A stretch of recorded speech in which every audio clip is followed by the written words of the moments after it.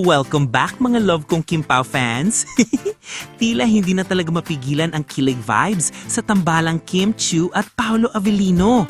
Di umano'y napansin ng ilang staff at kasamahan sa set na super clingy daw si Kim habang nasa shoot sila para sa ABS-CBN Christmas Station ID.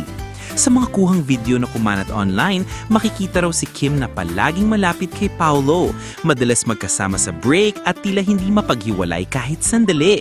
Marami tuloy ang nagsabi na kitang-kita ang closeness nila kahit off-cam. Di umano'y may mga sandali pa raw na tinutukso sila ng ibang artista sa set, pero game lang daw si Kim nang umbiti habang si Paolo naman ay napapangiti rin ng tahimik. Yung tipong low-key kilig na hindi maitago. Marami ang kinilig sa mga eksenang iyon, lalo na't perfect timing ito para sa Pasko, ang season of love and togetherness.